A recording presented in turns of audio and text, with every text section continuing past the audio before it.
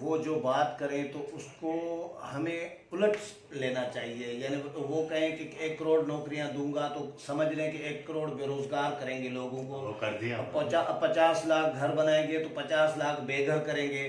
اگر کہیں میں جمہوریت ہوں تو سمجھ لیں کہ میں جمہوریت نہیں ہوں. مطلب الٹا مقصد لینا چاہیے, مفہوم لینا چاہیے. وہ یہ تو اتفاق, یہ آپ کی بات میں بالکل مانتا ہوں.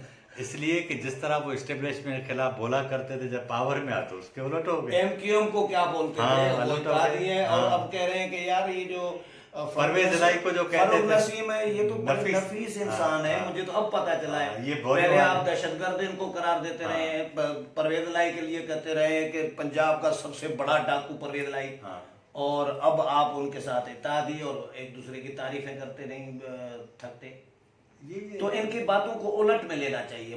مقصد معنی مفہوم الٹ ہونا چاہیے. ایسے ہی سمجھ لیں آپ, کیونکہ یہ اصل میں عمران خان کا ایک ایشو یہ ہے کہ چلیں 22-23 سال انہوں نے سیاست تو کی. بنیادی سیاست جو ہوتی ہے وہ ایک فلسفے پر کھڑی ہوتی ہے نا. ان کا فلسفہ صرف یہ تھا کہ چور ڈاکو والا. آپ سچی مکھی جی کبھی آپ سوچیں, میں اپنے ناظرین کو بھی یہ کہتا ہوں کہ وہ بھی اس میں ہمارا جو چینل ہے اس پہ یہ ڈسکس کریں کہ کیا اس ملک کا مسئلہ سسٹم کون چلائے گا یہ ہے یا کرپشن ہے. ٹھیک ہے نا. کرپشن تو بنیادی طور پر جو عمران خان صاحب, جب اب تو ان کو 2.25 سال ہو گئے نا, کرپشن تو ادھر زیادہ ہو رہی ہے جن کا احتساب نہیں ہوتا. نہیں, میں یہ کہہ رہا ہوں کہ مجھے یہ بتائیں کہ کیا پٹواری نے پیسے لینے چھوڑ دیے, کلرک نے لینے چھوڑ دیے, ڈپٹی کمشنر نے لینے چھوڑ دیے, وزراء نے لینے چھوڑ دیے, سیکرٹری بیٹا اس نے لینے چھوڑ دیے. جس بھی دفتر جائیں ریٹ ضرور بڑھ گئے ہیں کرپشن کے, کرپشن کم نہیں ہوئی. اب اگر عمران خان صاحب کی ہم یہ بات مان بھی لیں کہ بھائی کرپشن ہوتی ہے اوپر سے شروع, چلیں آپ کہتے ہیں کہ میں ایمانداروں میں نہیں لیتا, آپ نہیں لیتے, تو پھر یہ باقی سارے سسٹم میں کہیں تبدیلی کیوں نہیں آ رہی؟ اس کا مقصد یہ کہ نظام میں کہیں خرابی ہے, کرپشن کی نہیں ہے. کرپشن کی وجہ سے تو کرپشن اگر ان کے بقول مان بھی لیا جائے کہ وہ چور ڈاکو تھے, لیکن ان چور ڈاکوں کے دور میں آٹا 100 روپے کلو نہیں تھا, چینی 100 روپے کلو نہیں تھی, ادرک 600 روپے کلو نہیں تھی, ٹماٹر 125, ٹماٹر میرے خیال 350 روپے کلو نہیں تھا. یہ ساری چیزیں ہیں. نہیں, وہ تو 17 روپے تھے نا جن دنوں میں. کن دنوں میں؟ جن دنوں میں 17 روپے تھے ٹماٹر, ان دنوں میں 350 تھے نا. نہیں, میں یہ وزیر خزانہ نے کہا تھا 350 میں تو وزیر خزانہ نے کہا تھا 17 روپے. وہ تو حفیظ شیخ صاحب نے, یہ تو اس طرح تو اسحاق ڈار نے بھی کہا تھا اسمبلی میں کہ بھائی دال مہنگی ہو گئی تو آپ مرغی کھائیں نا. تو یہ تو وزراء کہتے رہتے ہیں, اس کو تو چھوڑیں. ایشو یہ ہوتا ہے کہ مین پالیسی کیا ہے, آپ کرنا کیا جا رہے ہیں. اور کے پی کے اسپیکر جو مشتاق غنی ہیں, انہوں نے کہا تھا کہ 2 روٹیاں کھاتے ہیں تو شیخ رشید نے بھی کہا تھا روٹی کا سائز چھوٹا کرتے ہیں. روٹی کا سائز چھوٹا. تو اب یہ کہ اچھا اب تو بچے بھی بڑے ہو گئے, پیٹ کا سائز کیسے چھوٹا ہوگا؟ نہیں, یہ آپ پیٹ ہوگا ہی نہیں تو کیا کریں گے, لوگ ہی نہیں ہوں گے تو کیا کریں گے, لوگ کم ہو جائیں گے.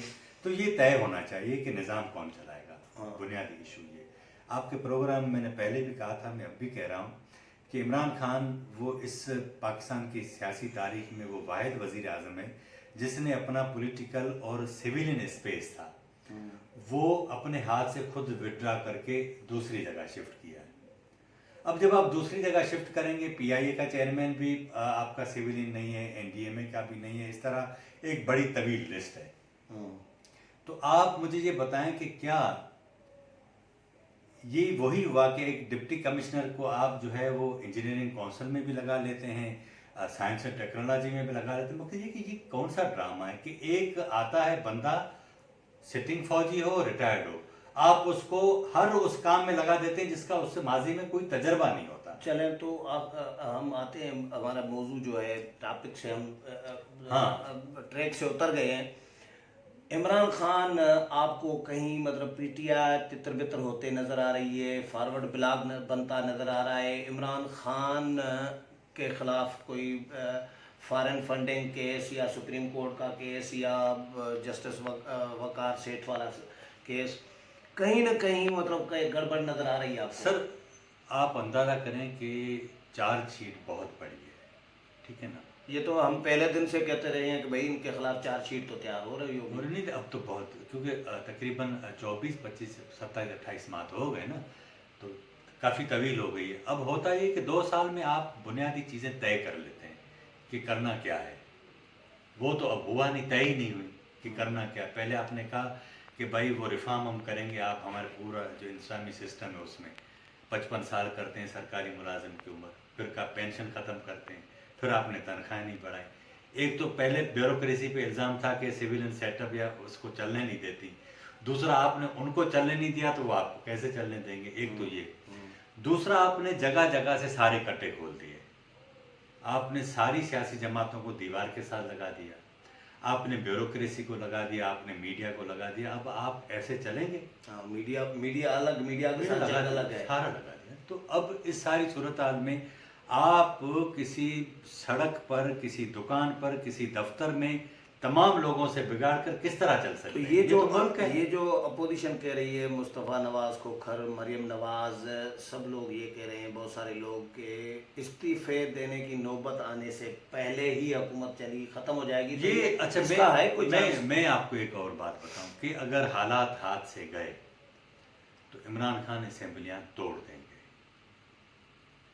اب کیونکہ یہ جس طرح میں نے اپنے پروگرام میں تو بتایا ان تھا کی کہ مرضی, پنڈی والوں کی مرضی کے بغیر عمران ان گائیڈڈ میزائل ہے. وہ میں آپ کو ایک بات سمجھ لیں میری, یہ کسی وقت کچھ بھی کر سکتا ہے.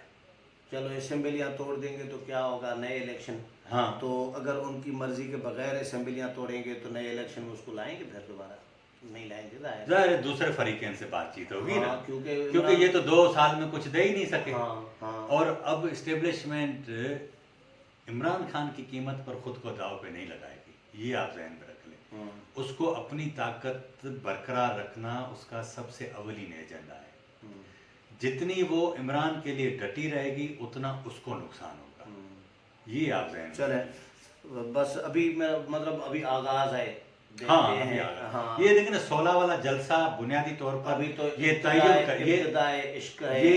تعین کرے گا کہ اپوزیشن کی تحریک کہاں جا رہی ہے, یہ تعین کرے گا. چلیں, بہت شکریہ خرج صاحب.